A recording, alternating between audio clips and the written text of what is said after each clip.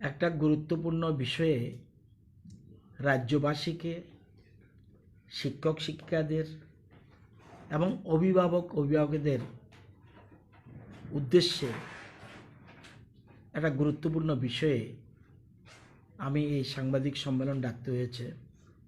আপনারা জানেন, the destiny of the country is being shaped in it classroom, অর্থাৎ দেশের এবং রাজ্যের ভবিষ্যৎ এটা নির্ভর করে আগামী প্রজন্ম যারা স্কুলে রয়েছে, ক্লাসে রয়েছে, তাদের উপর।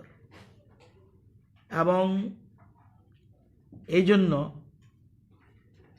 কয়েক বছর পরই সারা দেশে শিক্ষা মন্ত্রণালয় থেকে এবং এনসিইআরটির সহযোগিতায় একটা সার্ভে হয়, এর নাম হলো ন্যাশনাল অ্যাচিভমেন্ট সার্ভে।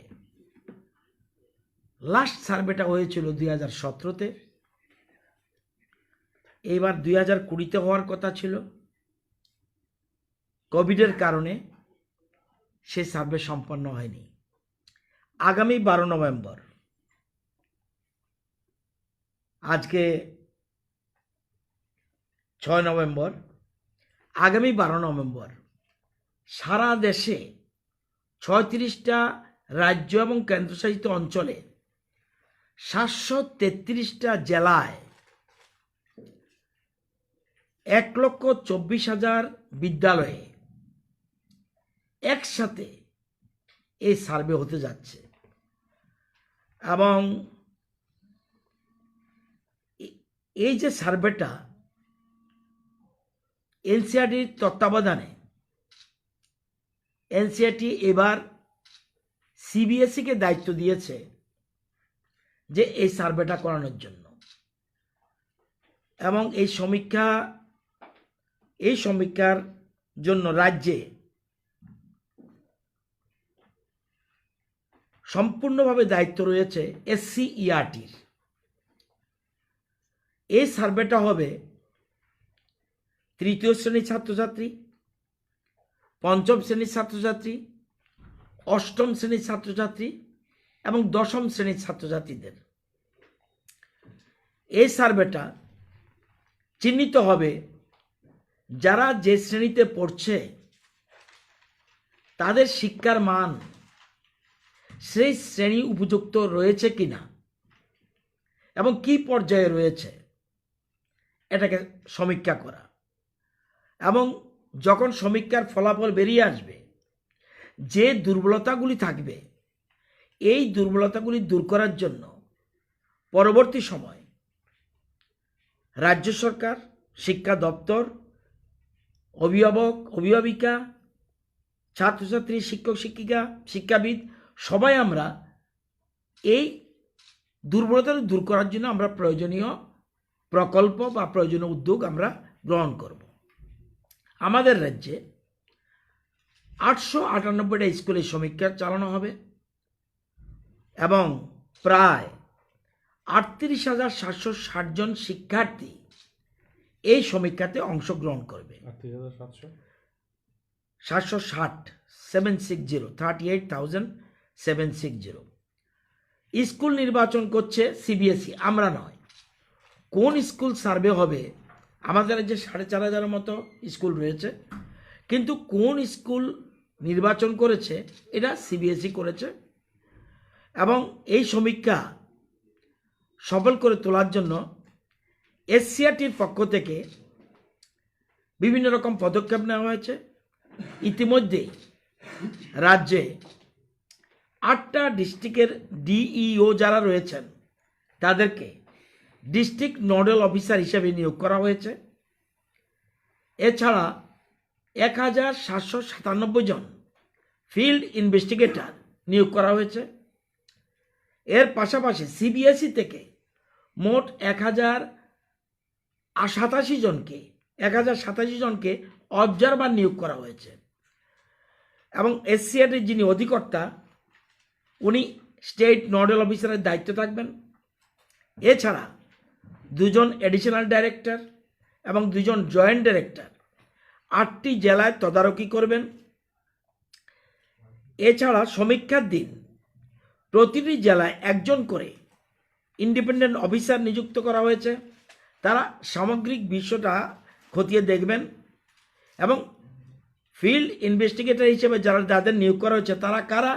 তারা হলো যে সমস্ত রাজ্যের যে সমস্ত সরকারি এবং বেসরকারি ডায়েট রয়েছে, সিটিই রয়েছে, আইএসি রয়েছে, সেসব পড়ুয়ারা যারা পড়ছে নিজেরা এবং বিএড ডিএলএডের পড়ুয়া ছাত্রছাত্রী তারা ফিল্ড ইনভেস্টিগেটর। এরা সমীক্ষা শুরু হবে সকাল 10:30 থেকে এবং এই পরীক্ষাকে কেন্দ্র করে এর মধ্যে আমরা এসসিআরটি আমরা দুটো মক টেস্ট করে নিয়েছি যাতে ছাত্রছাত্রীদের কোনো বুঝতে অসুবিধা না হয় এবং ওএমআর শিট ব্যবহারে দক্ষ হয়। ওএমআর শিটে পরীক্ষা হবে, সার্ভে হবে এবং দক্ষ হয় ছেলেমেয়েরা, এই জন্য আমরা মক টেস্ট করিয়েছি। এবং আপনারা জানেন আমরা যখন 2018-তে ক্ষমতায় আসি, 2019-এ আমরা একটা স্যাম্পল সার্ভে করেছিলাম, বেসলাইন সার্ভে করেছিলাম। আমাদের যে ছেলেমেয়েরা নিজস্ব রাজ্য সরকার নিজের উদ্যোগে করেছি, আমাদের যে ছেলেমেয়েরা কোন স্তরে রয়েছে আমরা এই বেসলাইন সার্ভে হওয়ার পর,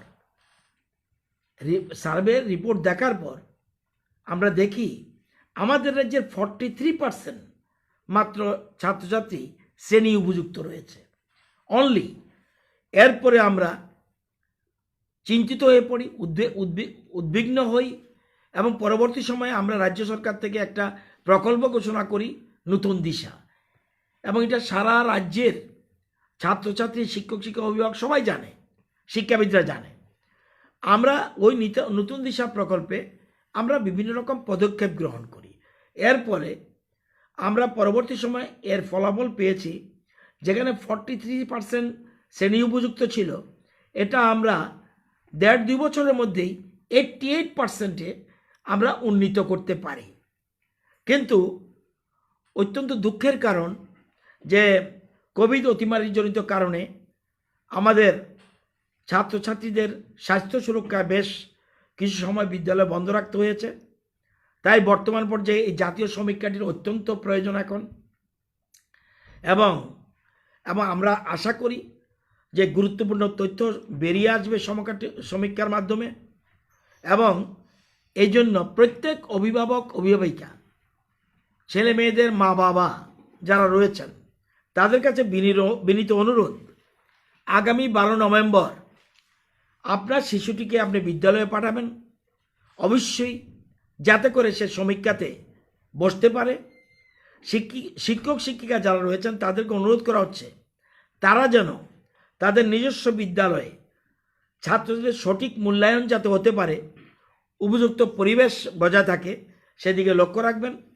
কারণ এই সমীক্ষার মাধ্যমে আমাদের কাছে পরিষ্কার চিত্র উঠে আসবে বর্তমান সময়ে আমাদের রাজ্যের শিক্ষার্থীরা শিখন ফলাফল, লার্নিং আউটকাম কী পর্যায়ে রয়েছে এবং সেটা আমরা দেখতে পারবো।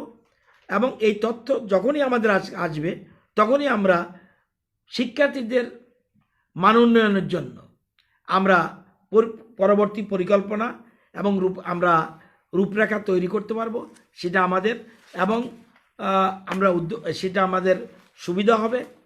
আমরা আশা রাখছি গত 2019-এ আমরা যে বেসলাইন সার্ভে করেছিলাম ওই সময় গার্জিয়ানরা পুরো ছেলে মেয়েদের স্কুলে এনেছিল, এবং এই সময় আমরা আশা করি রাজ্য সরকার পরিচালিত নতুন দিশার বেসলাইন যে সার্ভে যেভাবে সুসম্পন্ন সুন্দরভাবে হয়েছিল, আগামী 12 তারিখ সারা দেশব্যাপী কিন্তু হচ্ছে, আমাদের রাজ্য আছে।